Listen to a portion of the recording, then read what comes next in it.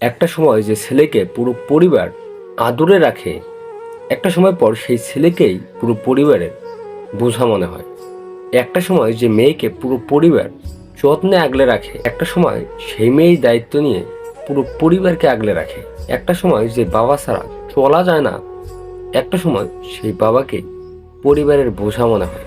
একটা সময় যে মা ছাড়া চলা যায় না, একটা সময় সেই মায়ের কথাই তিতা লাগে। একটা সময় যে ভাই সব থেকে বড় আপন, একটা সময় পর সম্পত্তির কারণে সেই ভাই সব থেকে বড় শত্রু।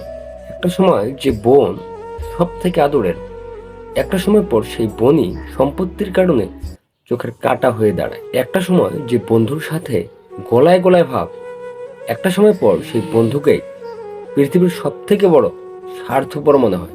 এগুলো দেখার জন্য বা বোঝার জন্য কিয়ামত পর্যন্ত যেতে হবে না, শুধু চোখ কান খোলা রাখতে হবে, কিছু মানুষকে দেখতে হবে, আমার কথাগুলোর বাস্তবতা বুঝতে পারবেন।